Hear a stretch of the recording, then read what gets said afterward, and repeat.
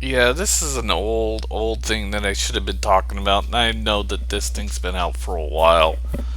But I wanted to get around to talking about the new controller for the Xbox One because I've been meaning to get this off my shoulders for a while, and I consider this thing to be a clusterfuck and a reminder of the other clusterfuck, mainly PlayStation 3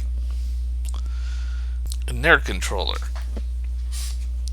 Those who don't know jack shit or forgotten what past is or just want to completely try to own me by just forgetting about everything and not wanting to look jack shit up and being the loser that you are, well, PlayStation 3, what's the best way I could describe the PlayStation 3 and its wonderful set of games? Well, I mean, it had a great library of games. But the damn hardware was some utter piece of shit, and I mainly known as the cell processor. And I'm going to continue to make fun of that thing until it probably goes away. But, anyways, as we all know, when the PlayStation 3 first came out, it was missing a few features that the Xbox 360 controller had. Headphone jack, which, I mean, at the time was a 2mm, because that's what it was back then. And of course, no DualShock or no rumbling feature. If you're on the Nintendo, and I know the people who really hate Nintendo or the Nintendo fanboys are still mad at Sony are going to yell at me on this video, but I don't give a flying fuck because, well, I mean, the Nintendo fanboys are going to defend even Microsoft and want Sony to go down. I don't care. Because the PlayStation 3, you know, and then as I said, it didn't have DualShock. And when it came out, it had 6 axis.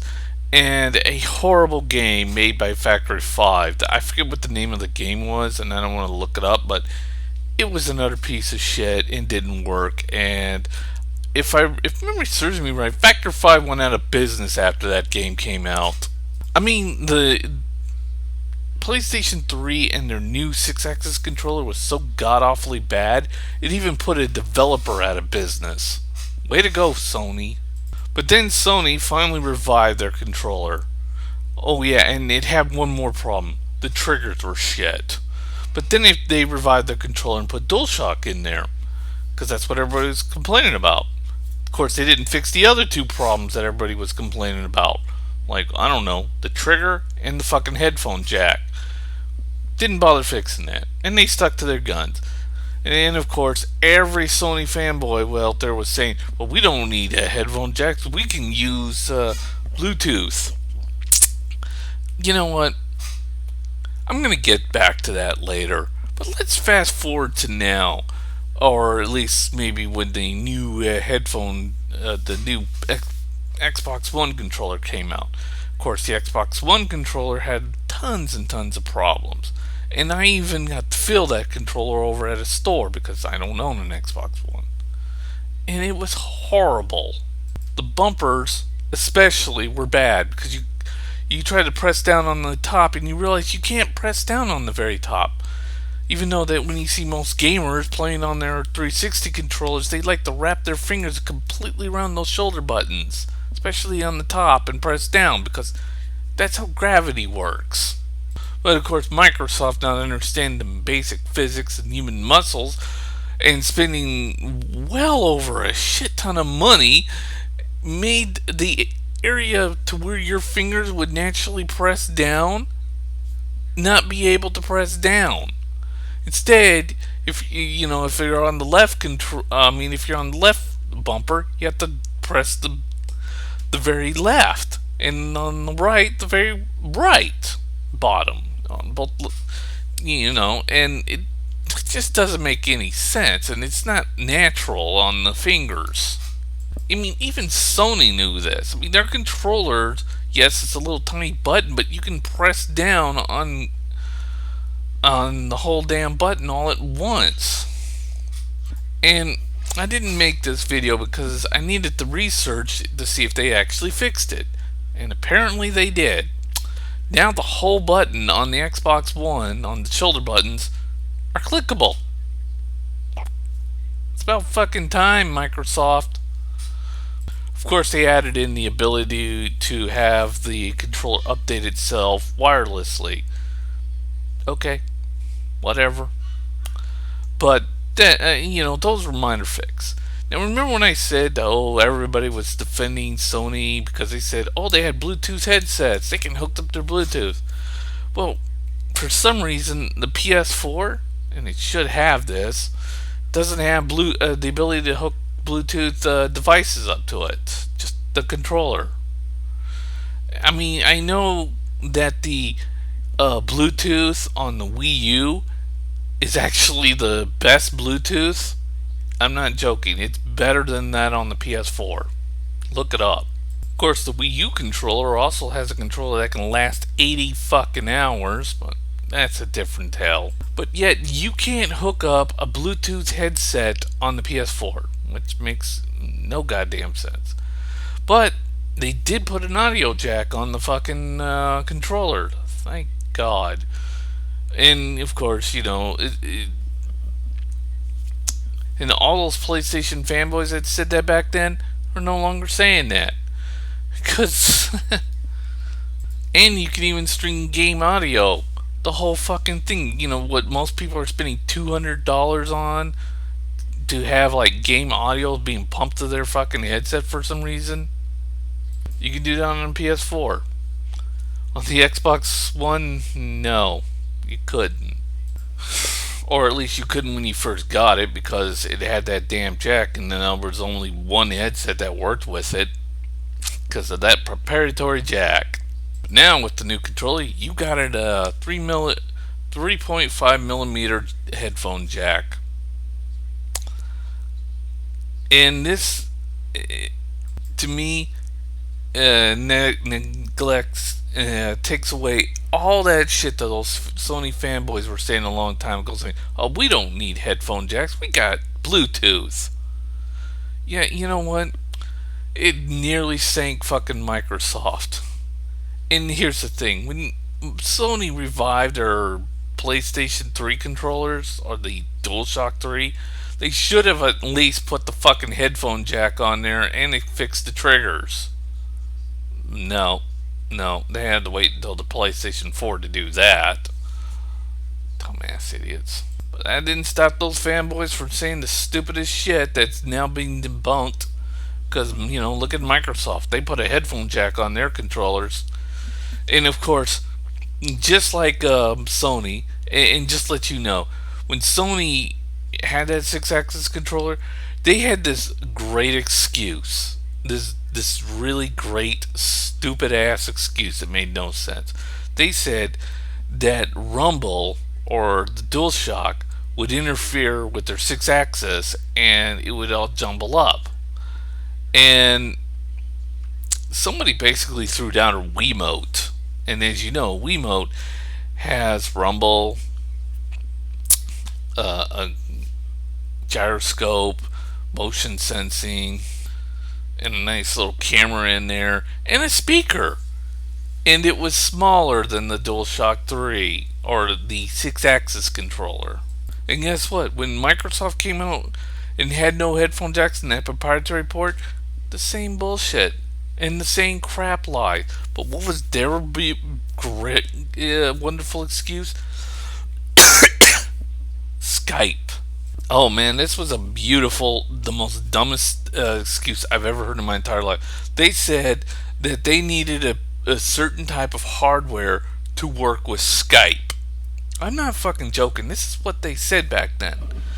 And the thing is, even though I'm on a Mac and some people are on PC and all that and Linux, people who have Skype on their computer, when did you ever download the program of Skype and then have some hardware literally manufactured in front of you or just downloaded in front of you? Because I don't remember hooking up anything that you would need to run Skype except maybe a headset. But that was the whole point, was to have a headset plugged into the controller. But for some reason, they were saying that Skype needed some special fucking hardware, which is present in all the other hardware. I mean, all the other computers that it's installed. What the fuck? And to add insult to injury, before Skype sold out to Microsoft, because Microsoft owns Skype, um, Skype was allowed on the PlayStation, on the PSP. There was no special hardware that was needed for that. Where the fuck did they come up with this bullshit? I mean, that little special port thing that they said that needed to run Skype was made up somewhere in Microsoft bullshit land.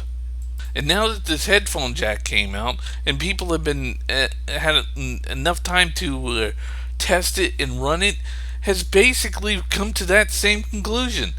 This so-called made-up special hardware is somewhere just floating out there in that Microsoft bullshit land somewhere.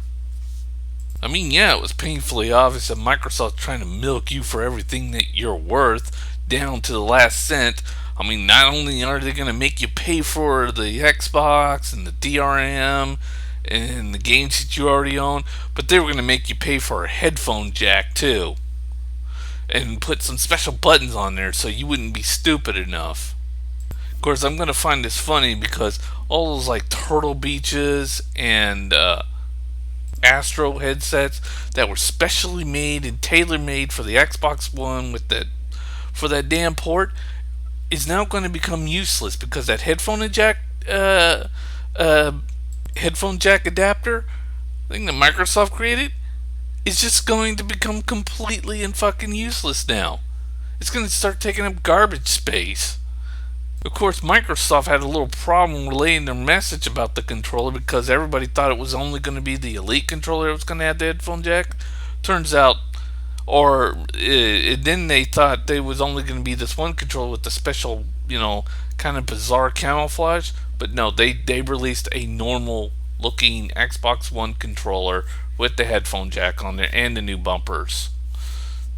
And don't get me started on that stupid Elite controller. Why the fuck did they make that? I mean, for the same price, you can go to Scuff and get yourself a special Scuff controller for the exact same fucking price. And once they release that product, Scuff's just gonna copy it later on. Once they get their hands on there, and guess what? That will end up coming to PlayStation 4. Of course, I'm still remembering in that one major league competition that these video game competitions that happened.